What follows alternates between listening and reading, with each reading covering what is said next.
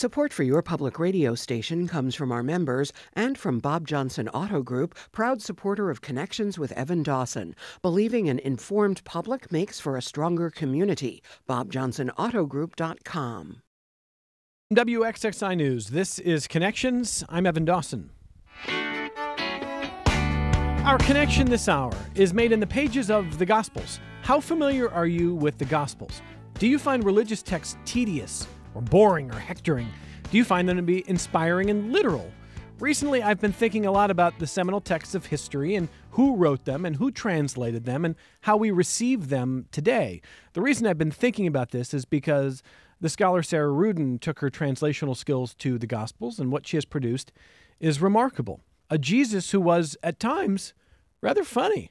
A text that is much more accessible than any translation I had read, and she finds the gospel special because of the story. She makes a point of saying this really is a story with Jesus at the center, not just a series of lectures or stray ideas or passages. The result is the kind of book that someone might actually read cover to cover instead of just quizzically skipping around from different passages. And Ruden is visiting Rochester as a guest of SUNY Brockport for their Scholars Day events. Her book also had me thinking of another person I have wanted to bring on Connections but haven't gotten around to it.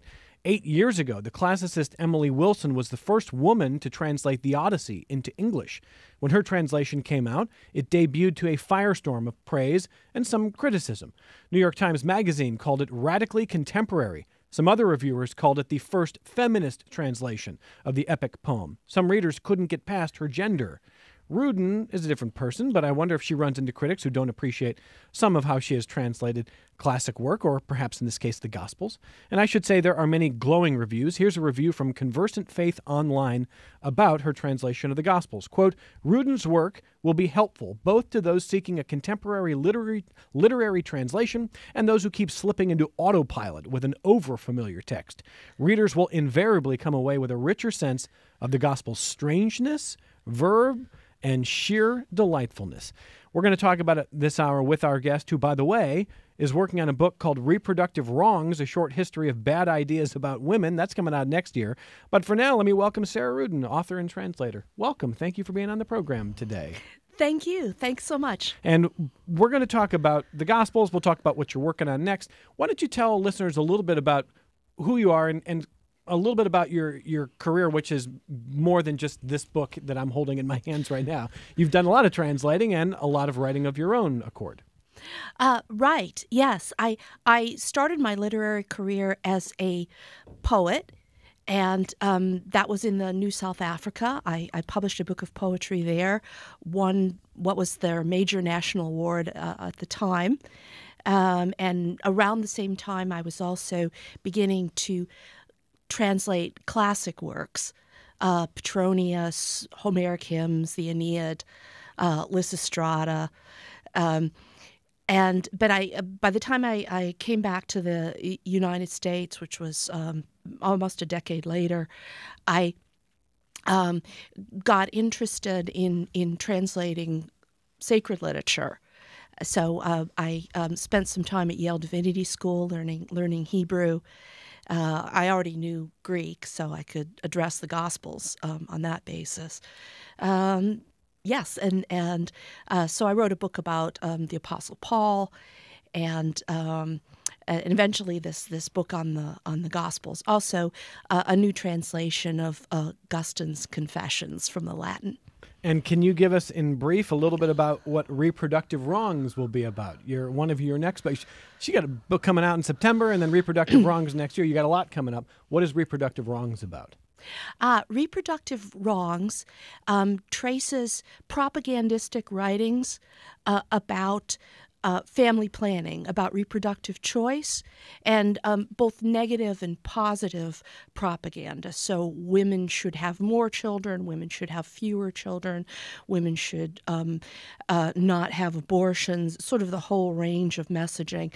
And it goes from the first century BC clear up to now. You told me before the program something I certainly did not know. Ovid wrote 2 anti-abortion poems? He did. Fascinating works, because in some points they really strongly resemble anti-abortion propaganda right now.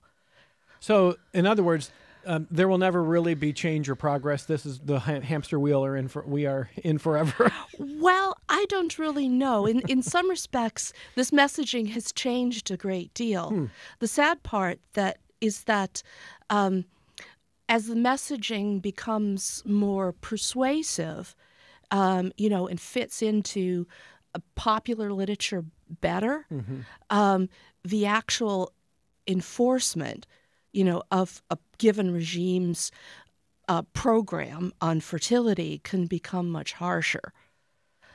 For Ovid, the poems were just, they look kind of like a little experiment, and they were probably attached to the Emperor Augustus's fertility program.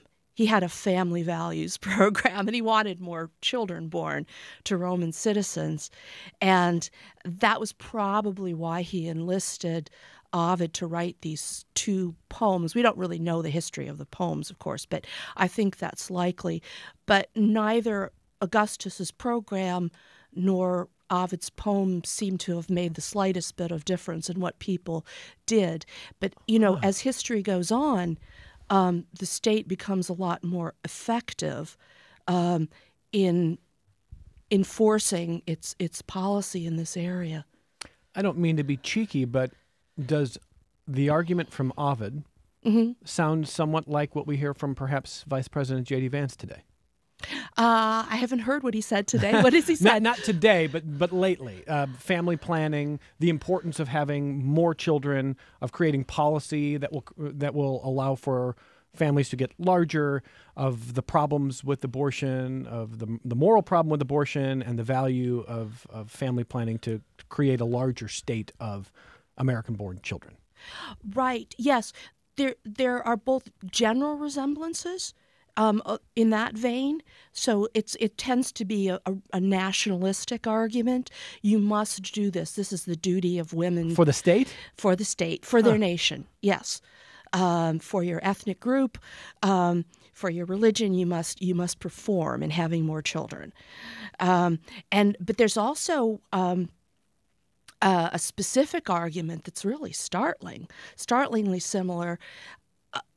Ovid says, what if the women of legend, so women heroines, the goddess in one case, what if they, pregnant with the heroes that were going to found Rome, suppose they had abortions? History would go to pieces. Civilization would not have existed. So the great people of history would never have been born. Exactly. Similar to the argument today that the child that you might abort could cure cancer. Exactly. And also the looking backwards, suppose Mary had aborted Jesus. That's an argument that you'd hear among evangelicals. So, okay, a lot of echoes of history. Anyway, that book is going to be called Reproductive Wrongs, A Short History of Bad Ideas About Women. Comes out next year. You can see why I don't feel like I'm going to have enough time with Sarah Rudin this hour, an author and translator whose work is so interesting, and I'm really grateful for it. Listeners, if you want to meet Sarah tonight, Sarah will be presenting at the SUNY Brockport Writers Forum. That's the annual Art of Fact reading tonight, Art of Fact. And it's tonight at 7:30 p.m. at the downtown campus at the Rochester Educational Opportunity Center on Chestnut Street. So she'll be reading, talking about her work, take questions from the audiences, and you can pick up some copies of the books there, including the one that's in my hand right now. It's a translation of the Gospels. And it's not your first translation, but it's an audacious piece of work to say, I think I will do the Gospels next.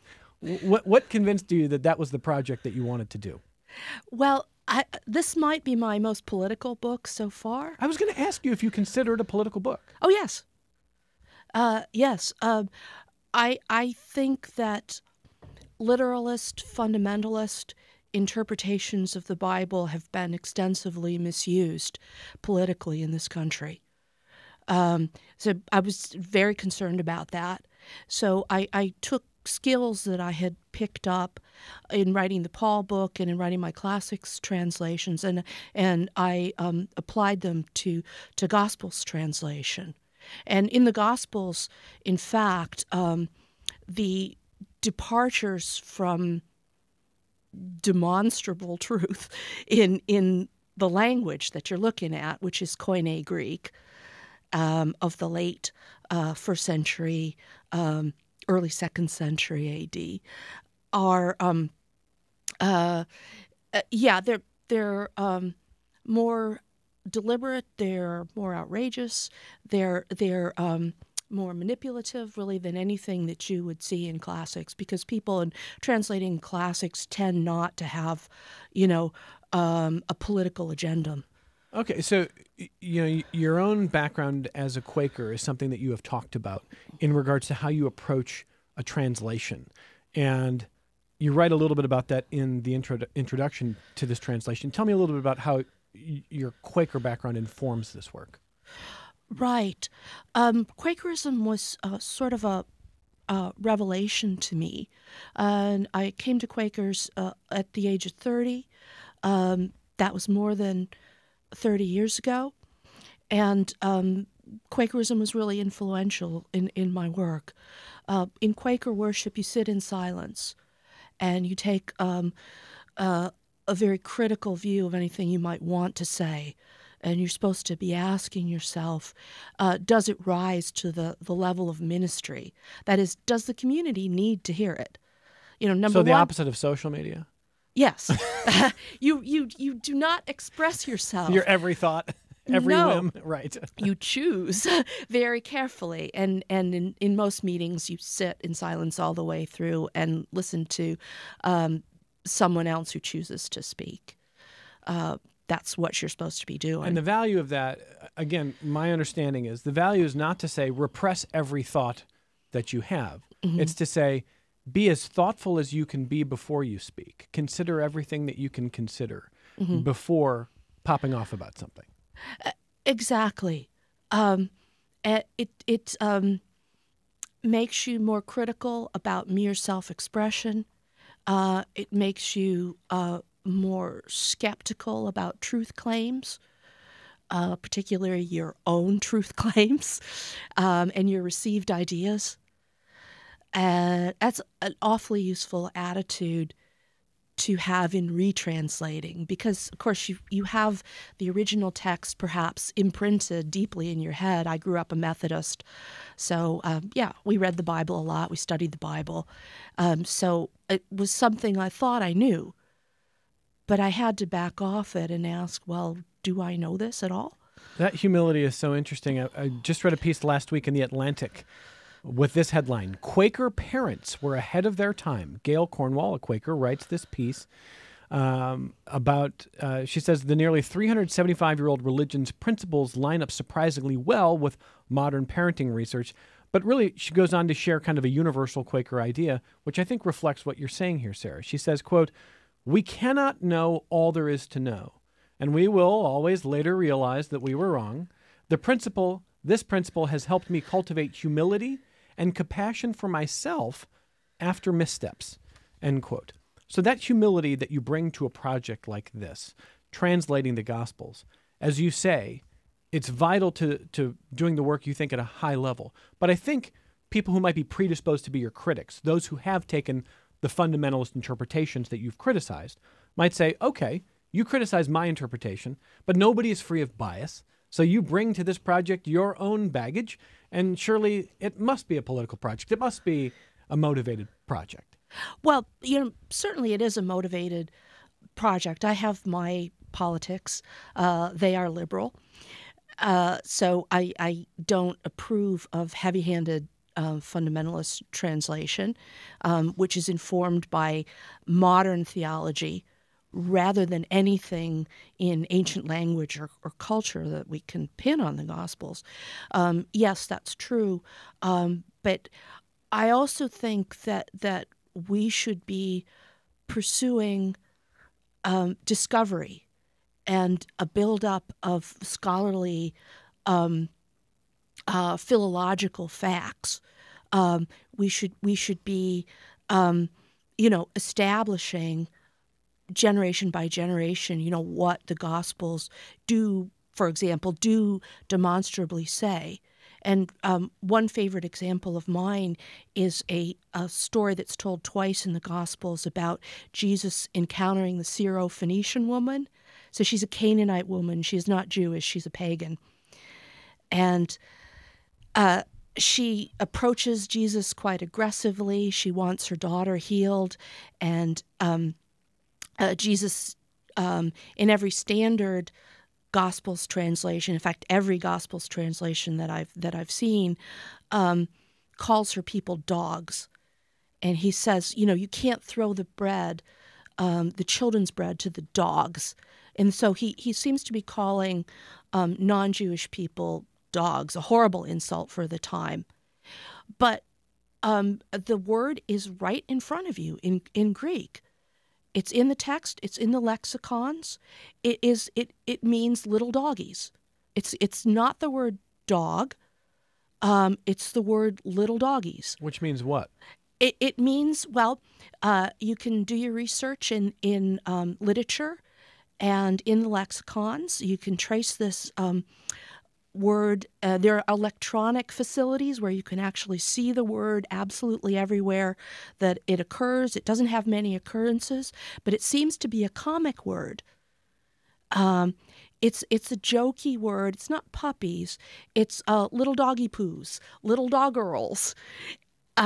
It's a funny word about, the cute little lap dogs, which is a very striking word for a pious Jew to be saying, but less striking. But it's not a slur like the word dogs would be. It's absolutely not a slur that the dogs would be. Is it a pejorative? Is it playful? It's playful. It does seem to be playful. I don't know whether we can really believe that this is what Jesus said, but this is what his Greek-speaking what Greek speakers who were writing about him considerably later, several generations later, this is what they claim he said. Yeah, I mean, in that point, we're talking to Sarah Rudin, who is the author of the Gospels. It's a translated work of the Gospels. And so when you say that the author or authors of the Gospels, late 1st century AD, 2nd century AD, I remember first reading Bart Ehrman's work and thinking, how do we know who wrote what and what does history say? And I was surprised to learn that a lot of the text didn't, I grew up going to church and thinking like, well, the text comes from probably 1 AD, right? Like they're all transcribing right as we go here. This is like a play-by-play account as opposed to a century later, 2 centuries later. And it felt a little jarring for me, but as best we know, that's when these Gospels are from. Yeah, it's not disputed.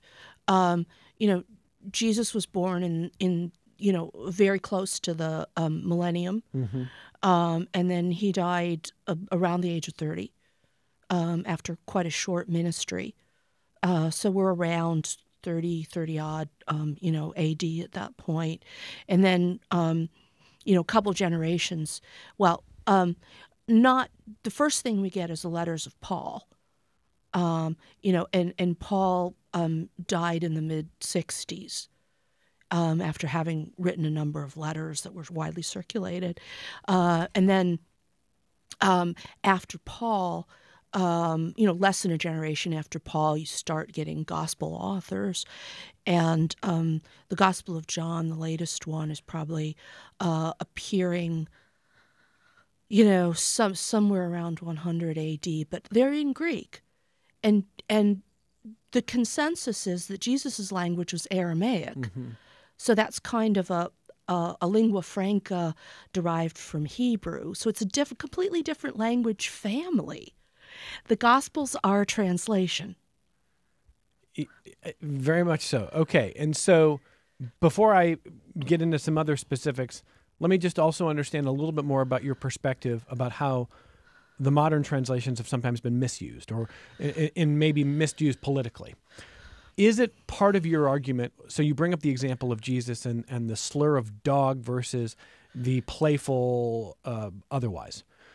And is it your feeling that too often the misinterpretations are misused politically to quote unquote prove that Jesus was actually more vindictive, vengeful versus more thoughtful, playful, interesting, sometimes funny? Is it that the texts are translated in almost misogynistic ways or misguided ways in that way, or is it something else? Well, it's very tough to say what exactly it is, and probably the translation dogs instead of doggies comes from an era when scholars had it very hard. So honest mistakes? Well, they didn't have the resources we have to know what they were looking at. Okay. They didn't have dictionaries, let alone online dictionaries. So you're not ascribing motive, even if you think they might have gotten it wrong. I don't think you can necessarily, ascribe motive. If you look at, say, early manuscripts of the Gospels, and especially later manuscripts of the Gospels, you're hand copying it, from one exemplar to another endlessly, and you're doing this mostly in monasteries where you just don't have reference works. You can't learn about the language what you need to know. And then the mistakes accumulate massively, and then in modern scholarship, you sort them out as best you can, and you get the most accurate text that you can of the Greek. So I would say the political element that's damaging comes in more in the treatment of an English translation, a treatment that's super reverent, that looks back to the King James Version as some kind of holy creation. The King James Version is like early 17th century. It's way, way after the fact, okay? But the Textus Receptus theory says that there's something magical about the King James Version. So whatever we find in it,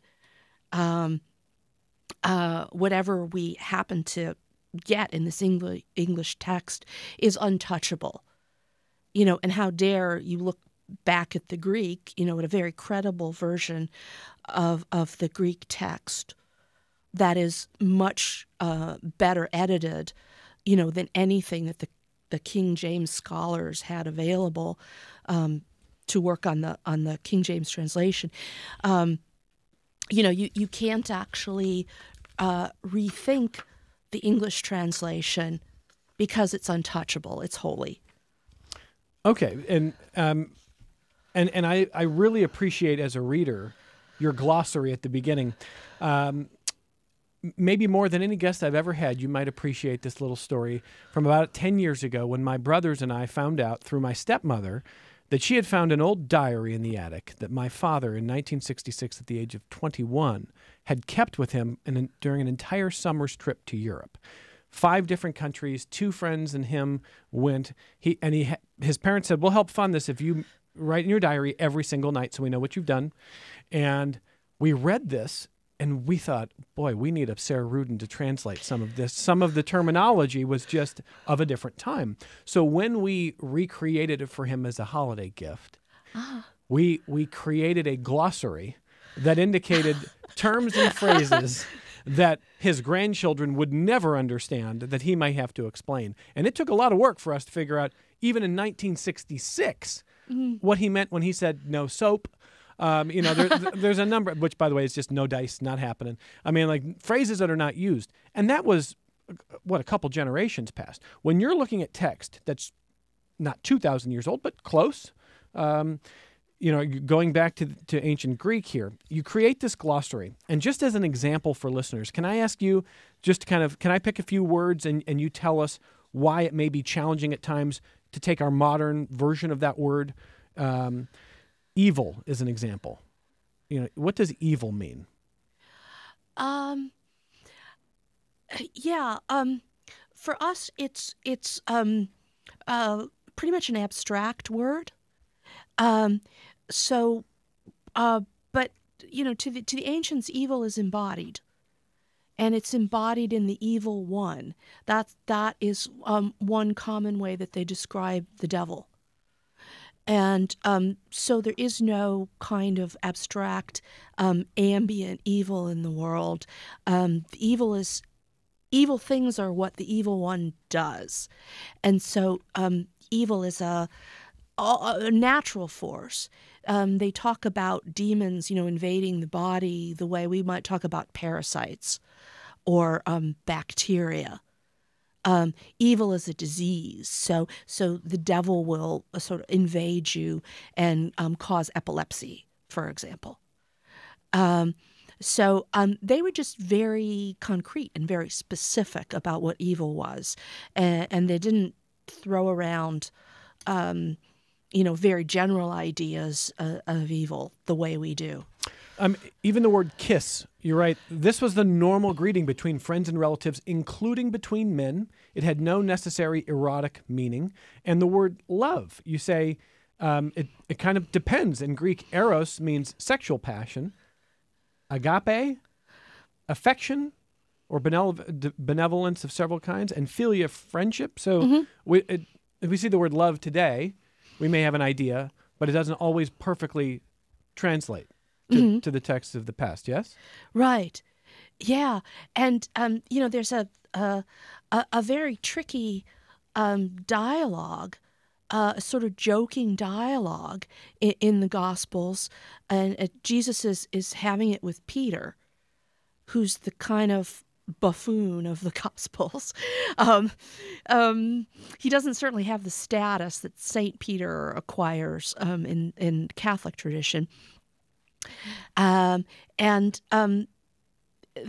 Peter is, wanting to establish, the vocabulary for his relationship with Jesus, and Jesus keeps switching on him, which you can do in the Greek. So you see Jesus kind of cruelly teasing this poor man, with different vocabulary for love, and until Peter just kind of loses his temper. But in a standard translation, you can't see the joke because the only word translated is love. You don't have love and friendship, which is one way that you can translate this. And even the word perfect is pretty clear to us today, but it does not mean flawless in the ancient text. It means appropriately developed or finished. So, again, it's easy to think, well, I can just pick up texts and I know what they mean. Well, without the context, it can be very difficult. And you really hold, I think, some opprobrium for soul and spirit, which you say are so abstract. And you imagine now a child reading the gospel, seeing the word soul and spirit and thinking, I don't really know, what's the utility here? Well,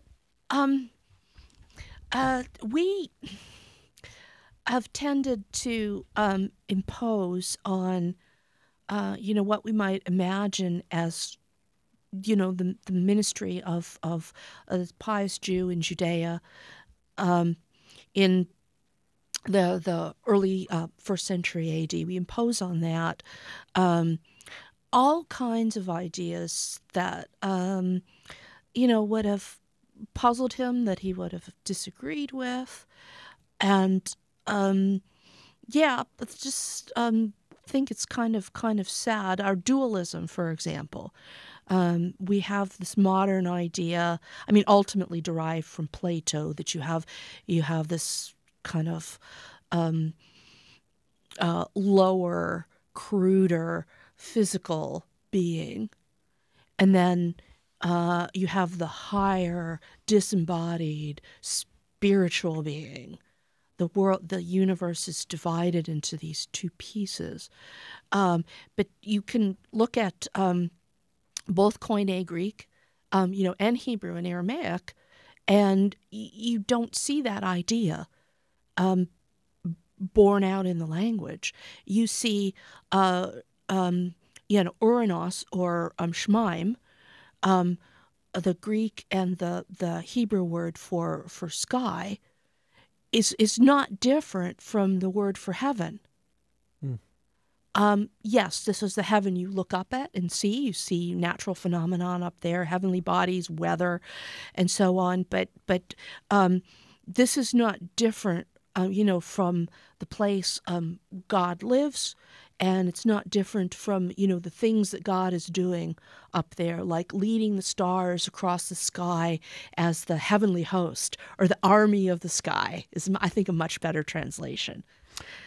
Talking to Sarah Ruden, the translator of the Gospels, and we have to take our only break. And if you're on the phone, you've got a lot of interest from our listeners. You mind taking a little feedback? We'll take some phone calls and emails with Sarah Ruden, who's her translation of the Gospels is driving a lot of the conversation this hour, but her work spans a lot wider range, and it's really, really interesting. She is in town today as a guest of SUNY Brockport, and she's going to be presenting at the SUNY Brockport Writers Forum tonight at 7:30 at their downtown campus on Chestnut Street.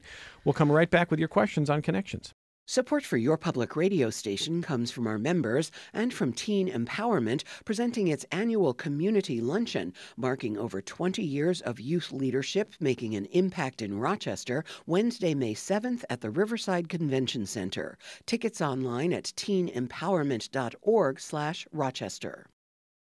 On the hit medical drama The Pit, actress Taylor Dearden is being celebrated for her portrayal of a talented young emergency room doctor who, like Dearden, is neurodivergent. Recognizing that something's hard for anyone and then being able to overcome it if you are neurodivergent, hopefully that should just make it even sweeter. I'm Elsa Chang. How The Pit portrays neurodivergence and gets it right. On All Things Considered from NPR News.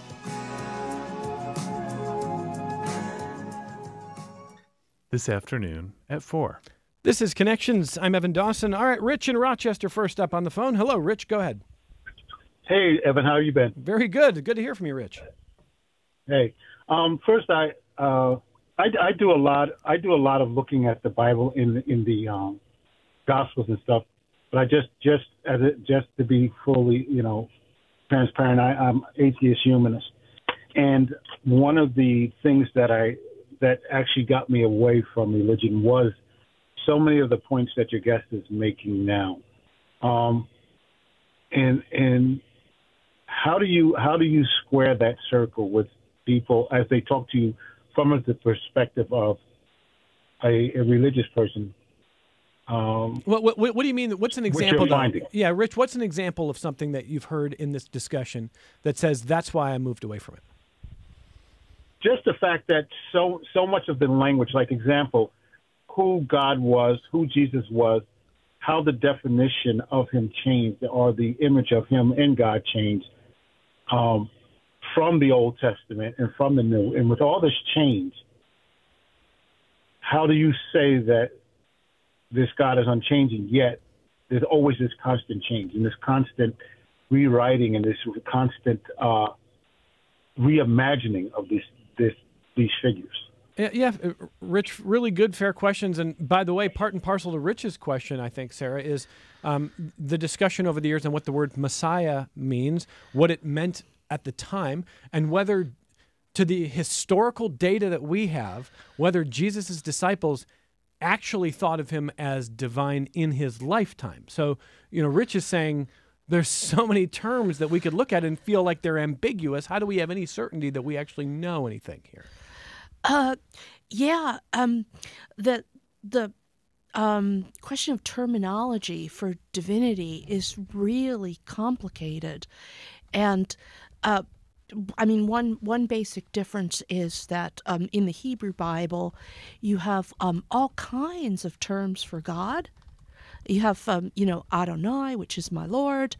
You have El, which is God. You have actually terms for God from different. They derive from different pagan religious traditions, and it's very poetic, very colorful kind of way of understanding the divinity. But when you get to the Greek translation, I would say of Jesus's ministry, you're talking about ho theos, the God, which really, if you've read classics, that brings you pagan philosophy to mind. The god as sort of a kind of abstract, moralistic god who's maybe you can associate him with Zeus, but he kind of stands for an abstract divinity. So you've got two different, sets of imagery, two different concepts of God, which are, I would say, clashing in the rendering of the Gospels that we have. And then you have terms like Son of Man, which, if you look at the Hebrew and Jewish sacred literature, this doesn't necessarily have to mean more than human being, but it's associated with Jewish apocalyptic literature. Somebody who looks like a human being, we associate that with the Messiah. So from this idea seems to flow the idea of the Messiah being incarnated, and he represents a kingly being, descendant of King David, or something far more, and you can just take a what you might call a straight mistranslation, and of another term, Son of God, which doesn't have to be more than an honorific. A very good person, very pious person is a son of God. But then you can take that literally and say, this is the genetic Son of God, which fits right into, Greek mythological thinking. So you get this really complicated, set of concepts that are kind of mixed together. Better you than me doing this work. So really remarkable, very difficult work. And Rich, I appreciate the point. I mean, I can understand why at times you feel like it is so far removed and abstract, and there's such a game of telephone over the ages that can we sit here in 2025 and feel certain that we know what happened and what was said and what it meant? It's difficult. You can at least empathize with that, I think, Sarah. But I want to say, Rich, if you pick up the book, The Gospels, this particular book, it reads like you can read it cover to cover. It's the first time I picked up the Gospels and felt that way. What did you want to accomplish with it? Before I go back to phone calls, so Hal and Jack, I'll take your calls in a second. What did you want to accomplish with this particular translation? Well, I did want to promote the idea of a book or 4 books, that can be read straight through as a story, because that's not the way they're used in worship. Certainly, you get them in little fragments. Right. You don't get context, and so that helps, I think, in misunderstanding them. You get this little piece this week, and then you get another little piece next week. Sure. But it's a story. A cohesive one. Yes. Yeah. Yeah, and it reads that way, by the way. I mean, I think you've definitely succeeded in that way. It is very readable, although I wish you would have chosen more modern names. That was my only complaint. The names were a challenge. Yeah. Well, I just wanted to emphasize the strangeness of the cultures, going backwards. So we're talking about cosmopolitan Greek culture. That's the culture in which the Gospels are written, more or less, and then Judaic, Jewish culture. And you can go back further, talk about the culture in which the Jewish scriptures are written. And so I wanted to emphasize the strangeness, the distance, and not make us, not perpetuate the illusion that, this is familiar, this is Sunday school, we know all about this. We can, and that means we can interpret it any way we feel like, ideologically, and I think that's a very dangerous notion. Because people often do that. Yes. Yeah. Okay, back to your phone calls. Hal in Monroe County. Yeah. Hey, Hal, go ahead. Thank you. I just wanted to thank you, Ms. Evan Dawson, for having this guest. I haven't heard these subjects talked about since I was an undergraduate in the mid-'60s. Well, Sarah is extraordinary. So the 3 kind of interrelated questions I have. One is, it sounds the way this extraordinary guest is speaking she's a student of philology and might be called a philologist. Two, it's based upon a notion of cultural and historical imposition. That is, the truth is in the eyes of the seer, not necessarily in the doer. And the third point, which really goes back to the professor at the University of Indiana, J.R. Tanter, in the 20th century, he was obsessed with the translations in the 1800s of Greek, where the word was translated as soul, but in Greek it would have meant psyche or a functional self. So would your guest speak about either or all three of those? Yeah, thank you, Hal. First, are you a philologist? I don't think so. They tried to train me as one, and I have a Harvard PhD in classical philology. Is that right? Yes. So way to go, Hal. That's the branch of knowledge dealing with the structure, historical development, and relationships of language or languages. Yeah. Right. So the most important thing that a philologist does, as I learned in graduate school, is edit texts. So this is a person who is, deeply knowledgeable about linguistics, about history, and who can take, a messed up manuscript from late antiquity or from the Middle Ages and compare it to lots of other manuscripts and say, well, I think the text really read this way in this passage. It's this word and not that word. So I've never done anything like that. Okay. That's the hard stuff. But when we talk about Jesus, whether he's referring to pagans as dogs, which would have been a really low slur, or doggy is a playful term that's not nearly meant in the same way, Hal's second point there about, truth may be in the eyes, some say, of the receiver of the words as opposed to what is intended. And certainly people will interpret many different things different ways, poetry different ways, songs different ways. But I think there is value here, and I suspect Hal feels the same way, of really understanding as best we can the roots and the intention. Because if you are a follower of Jesus in 2025 and you are using this particular passage where he calls the pagans dogs as some kind of template for how you are going to behave, when in reality, the translation that Sarah Rudin finds turns out a lot more humorous and playful and not nearly as dark. That matters. Yes, it matters. And I would call translation both an art and a science. So you were doing a couple of things, and I am not a philologist, but I'm perfectly capable of using a lexicon in Latin, Greek, or Hebrew.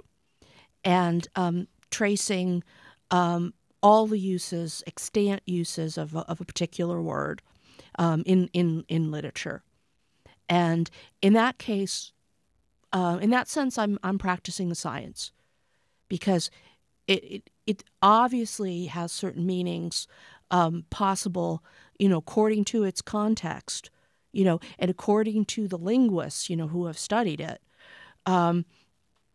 And that's not arguable. It's a diminutive. It means little doggies. It does not mean dogs. That's a different word.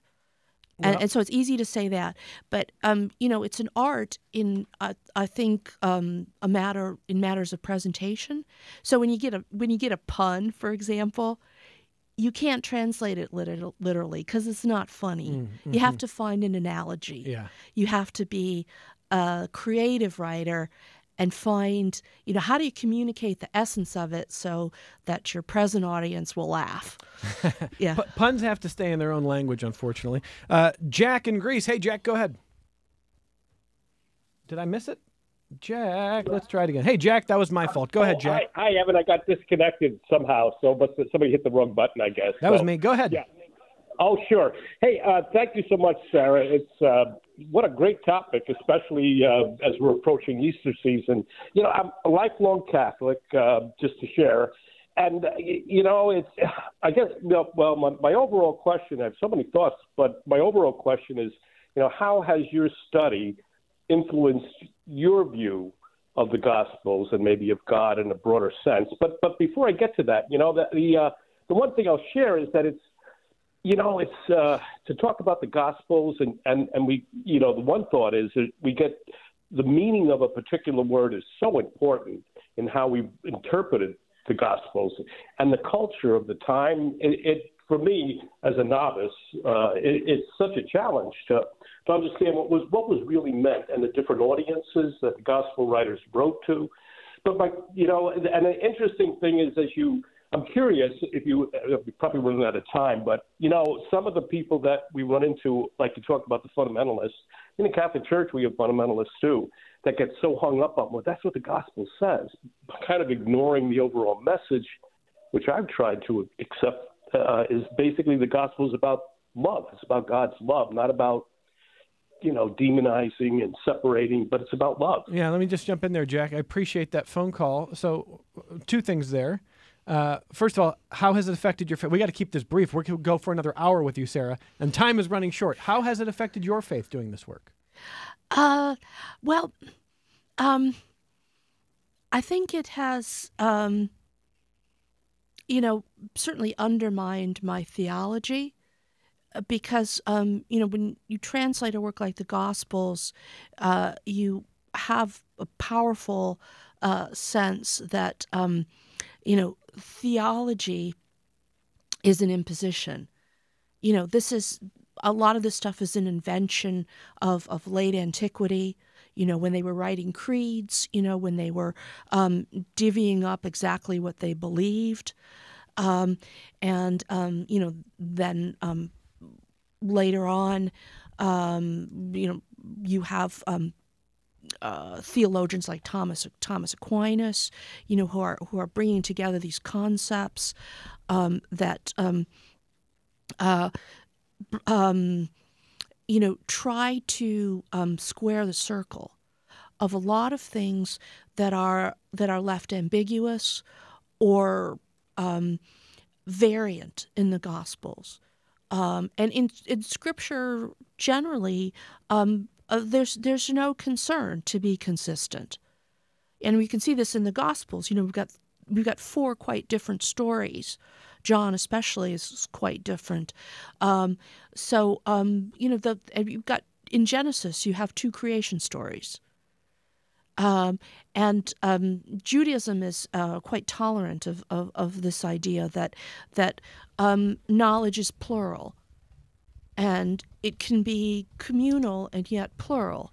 So we're listening to a lot of different voices, and we're enjoying a lot of different interpretations. So if you think of the Passover celebration, we're delighting in the different interpretations. And theology can try to mash this together. So certainly, any belief in theology that I used to have is undermined by my work as a translator. Angelo wants to know if you sent this book to the White House and if you think the president has a favorite biblical book. Sarah said there's nothing out of bounds question-wise. I'm going to let her answer, but first, we actually have the sound. When Donald Trump declared for the presidency in 2015, he held a big rally in Alabama. He held up a Bible, and then he sat down the next day with John Heilman and Mark Halperin, and they asked him about his faith that he had been talking about in the campaign trail. Let's listen. You mentioned the Bible. You've been talking about how it's your favorite book, and you said, I think last night in Iowa, some people are surprised that you say that. I'm wondering what one or two of your most favored Bible verses are and why. I wouldn't want to get into it because to me that's very personal. When I talk about the Bible, it's very personal, so I don't want to get into verses. I don't want to get into... There's no verse that means a lot to you that you think about or cite? The Bible means a lot to me, but I don't want to get into specifics. Even to cite a verse that you like? No, I don't want to do that. You're an Old Testament guy or a New Testament guy? Probably equal. I think it's just an incredible... The whole Bible is an incredible... I joke...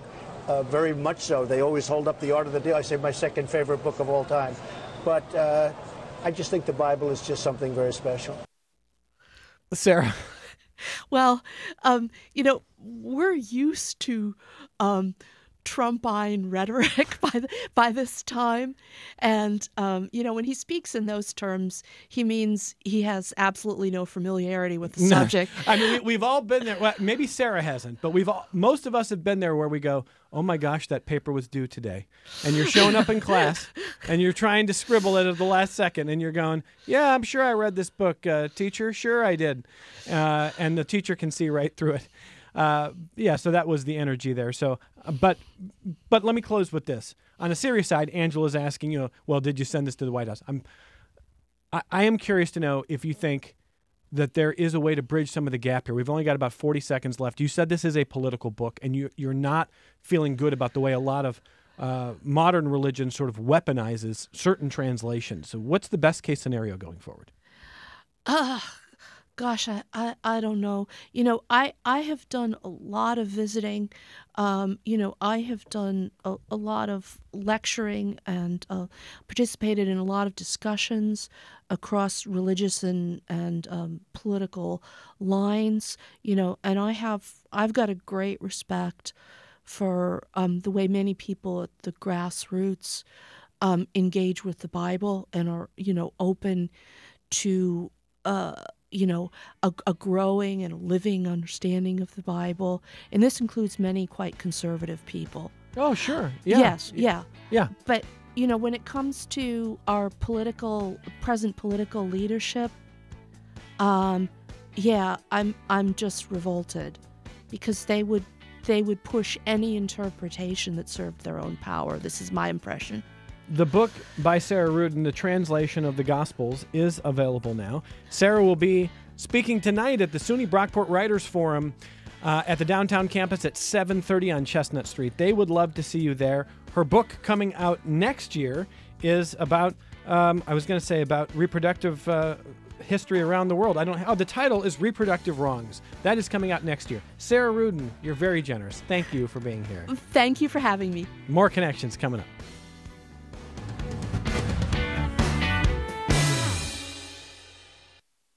This program is a production of WXXI Public Radio.